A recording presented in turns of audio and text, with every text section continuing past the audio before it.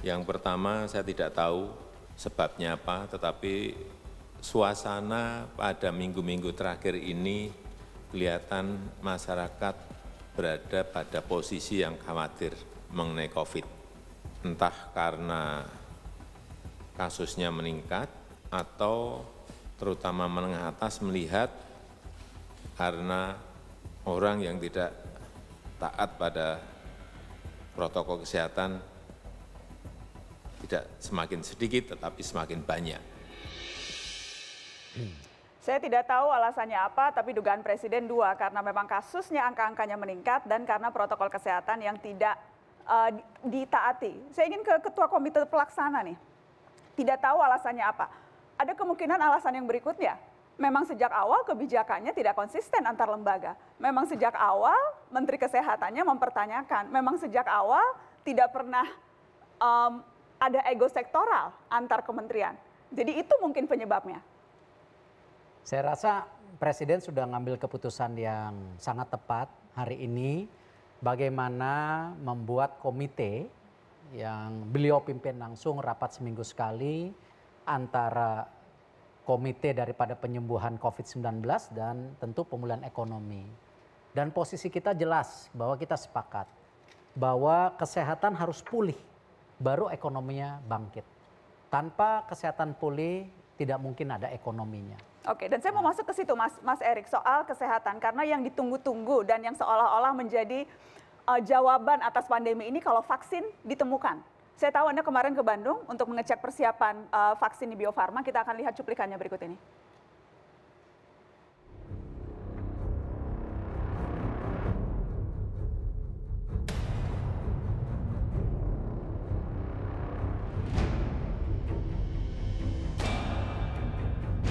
Uji klinis tahap 3 vaksin COVID-19 yang dilakukan oleh Fakultas Kedokteran Universitas Padjadjaran dengan Bio Farma dilakukan di 6 lokasi di Kota Bandung.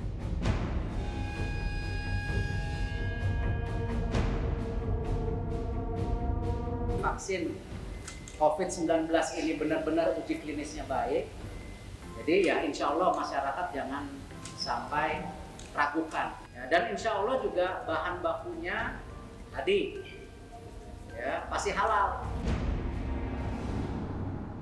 Mas Erik, konkretnya, progresnya, tolong dikasih yang realistis, jangan dikasih harapan palsu. Ya, nggak pernah janji-janji palsu kok. Karena kalau kemudian mengatakan akhir tahun terus ternyata mundur, jadi yang realistisnya kapan ini vaksin dan seberapa ini akan bisa efektif? Ya, kuncinya kan protokolnya untuk vaksin ini harus tetap diikuti. Karena kenapa?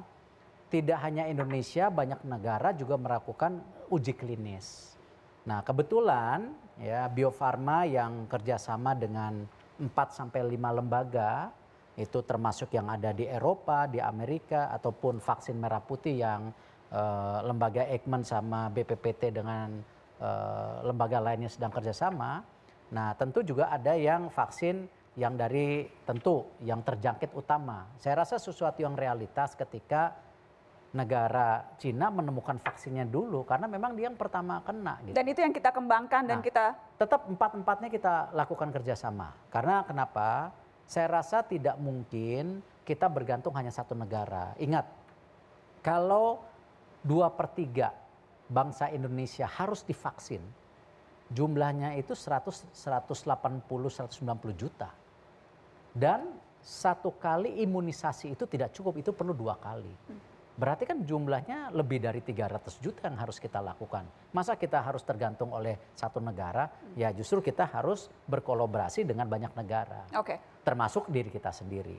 Nah karena itu sejak awal kami melihat Bio Farma sebagai tadi perusahaan yang sudah menciptakan vaksin dari tahun 1890 dan punya track record yang mendunia, sudah punya market 150 negara dan 75% vaksin folio itu merupakan captive marketnya Bio Farma.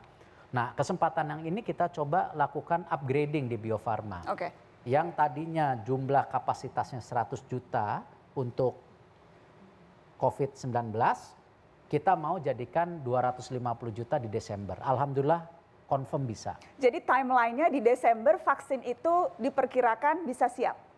Produksinya 250 juta siap di Desember. Dan kemudian... Tapi kebutuhan kita lebih dari 300 juta per tahun. Nah, karena itu uji klinis 3 ini yang kita mau pastikan on time semuanya supaya di bulan Januari Februari tahun depan, saya sudah bilang selalu Januari Februari tahun depan vaksinnya siap, bisa mulai diimunisasi. Oke, jadi itu timelinenya? Timelinenya itu Februari, kalau bisa lebih cepat Januari, ya, kalau bisa lebih cepat alhamdulillah, tapi hari ini masih kita frame di Februari. Oke, dan apakah saya ingin ke Mas Nadiem, vaksin ini apakah akan menjadi jawaban? Kalau bicara misalnya di sektor atau portofolio Anda pendidikan, kalau vaksinnya sudah ready, itu artinya sekolah bisa dibuka, bisa lagi tatap muka, sudah bisa hidup kembali normalkah kita selama ada vaksin? Saya rasa pertanyaan besarnya adalah juga jangka waktu administrasi vaksin tersebut. Jadi bahkan kalau vaksinnya sudah siap, untuk jumlah yang begitu banyak sampai kita mencapai imunitas yang maksimal gitu, itu akan makan waktu. Jadinya tidak mungkin sekolah itu, pembukaan sekolah tatap muka dengan protokol kesehatan itu tidak mungkin harus menunggu sampai seluruh negara tervaksinasi. Makanya kami sudah mulai melakukan relaksasi bagi zona hijau. Harapannya dalam waktu cepat mungkin akan ada relaksasi untuk zona kuning juga. Itu harapannya akan ditentukan dengan 4 kementerian.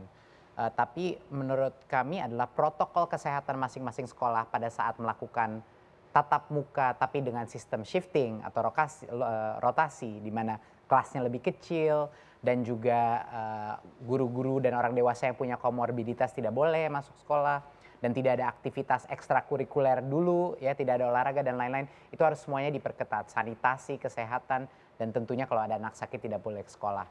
Jadinya sebenarnya fokusnya adalah kesiapan sekolah dan Pemda untuk melaksanakan tatap muka apa tidak. Oke. Mungkin sedikit mengingatkan Mbak Nana bahwa relaksasi itu bukannya memaksa sekolah untuk terbuka. Setiap kali kita melakukan relaksasi suatu zona, itu adalah keputusannya Pemda.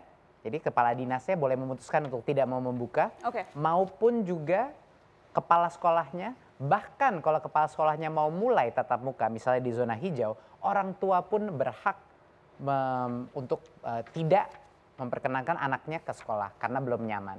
Jadinya ada masing-masing punya hak untuk menentukan sendiri kesiapan mereka. Oke, kita nanti akan bahas lebih spesifik soal pembelajaran jarak jauh karena ini salah satu isu yang dapat perhatian banyak sekali. Saya mendapat banyak sekali pertanyaan, komentar, kritikan, minta keluhan ingin disampaikan ke Mas Menteri Nadiem. Tapi setelah ini, karena saya masih mau fokus soal kesehatan nih, isu yang penting. Selain pandemi, tentunya kita juga ada infodemi. Itu menurut WHO salah satu hal yang menjadi paling sulit dan yang kita hadapi sekarang, virus dusta, kabar bohong. Orang-orang yang percaya teori konspirasi, orang-orang yang kemudian banyak melakukan kampanye-kampanye justru untuk tidak melakukan protokol kesehatan. Saya ingin minta tanggapan Mas Erik dan juga Mas Nadiem soal ini. Ini isu kesehatan. Ya, tentu vaksin menjadi utama. Tapi tadi Mas Menteri Nadiem sampaikan protokol COVID-19 ini wajib dan harus dijalankan. Karena itu kami juga di komite sekarang sudah membuat planning bahkan bagaimana kita mulai kembali lagi mensosialisasikan dan memastikan ke 83.000 kelurahan dan desa. Kita secara masif akan lakukan bersama-sama. Karena kenapa? Vaksin itu kan berjalan seiring dengan tadi yang kita mau lakukan. Inilah kenapa 2 minggu terakhir kita duduk bersama-sama Kemenkes, Kemendiknas kita undang, PMI, TNI Polri, tidak hanya bicara imunisasi juga nanti sosialisasi ke masyarakat. Karena ini ada jeda waktu. Ingat, kita itu hanya pernah melakukan imunisasi 40 juta setahun. Ini 300 juta lebih dalam setahun. Sesuatu yang masif dan belum pernah ada. Dan waktunya itu tadi yang Mas Nadiem sampaikan, ini kan bukan berarti dalam 1 bulan 300 juta disuntik, perlu proses. Nah karena itu seiring dengan tadi strategi dari kami, dari Pak Menko, itu Menko-nya banyak di atas, bagaimana juga kita memastikan 83.000 titik di kelurahan pedesaan itu juga menjadi footprint yang tidak kalah pentingnya buat kita penetrasi sampai dalam. Peran dari camat, kelurah, babinsa, babinkamtnas ini menjadi ujung tombak kita. Puskesmas, posyandu itu harus kita lakukan. Nah ini yang memang kita harapkan tadi masyarakat juga sebagai kunci yang utama buat kita membantu hal ini. Kalau mereka tidak bantu, mereka tidak sayang dengan keluarga mereka tidak sayang dengan tetangga mereka, orang terdekat tidak, ya apa yang kita lakukan tidak ada artinya. Walaupun kalau kita lihat, kita bandingkan tingkat kematian kita, ini kembali ya meninggal gitu, sesuatu yang sangat menyedihkan. Dibandingkan negara-negara G20, kita itu nomor 16 loh. Tapi masih 0,8 lebih tinggi dibandingkan rata-rata dunia. Dan Tapi saya mengutip atasan Anda. Iya, Saya mengutip atasan Anda, Mas Erik, masih 0,8 lebih tinggi. Jadi kalau bicara angka-angka, rasanya memang masih banyak problem lah kita soal COVID tapi ini. against jumlah populasi kita dibandingkan negara lain, kita nilainya paling rendah. Kita dari 20 negara kita nomor 16. Bukan berarti kita bangga atas kematian itu. Tapi ini yang saya selalu bilang, apa yang sudah dilakukan pemerintah saya rasa pada saat ini sudah sangat signifikan. Tapi apakah cukup? Tidak. Justru ini yang kita harus lakukan lagi dan harus lebih, tidak boleh berpuas diri. Mas Nadiem, Anda mau komentar soal itu, soal infodemik yang terjadi di masyarakat saat ini? Apa harusnya yang bisa dilakukan? Sulit sekali karena informasi telah meledak dengan berbagai macam channel. Ada di WA Group, sosmed, di mana-mana informasi yang lain-lain. Kuncinya adalah untuk memegang suatu kebenaran mengenai bagaimana cara melindungi diri. Itu saja simple dulu. Nanti mau bicara mengenai apa yang sedang terjadi di bagian vaksinasi kapan siap dan apa, itu harusnya tidak merubah sikap kita hari ini. Apa yang akan saya lakukan hari ini? Saya tidak akan menyentuh orang, tidak akan masuk dalam kerumunan, saya akan pakai masker, saya akan cuci tangan saya setiap kali buka dan menjaga kebersihan, dan saya akan menghindari orang-orang yang lebih tua umurnya atau mungkin punya komorbiditas. Ini adalah prinsip-prinsip dasar 2 meter jarak yang udah itu saja yang ditekankan setiap hari. Kalau semua masyarakat Indonesia melakukan itu dengan secara otomatis kita akan bisa menjaga diri kita selama kita menunggu eksekusi daripada vaksin tersebut gitu. Jadi saran saya untuk masyarakat itu, apapun teori dan apapun perkembangan yang ada, lindungilah diri Anda hari ini sebaik mungkin gitu. Lindungilah hari Anda dengan beberapa prinsip dasar yang memang nggak pernah berubah. Ini faktanya gitu.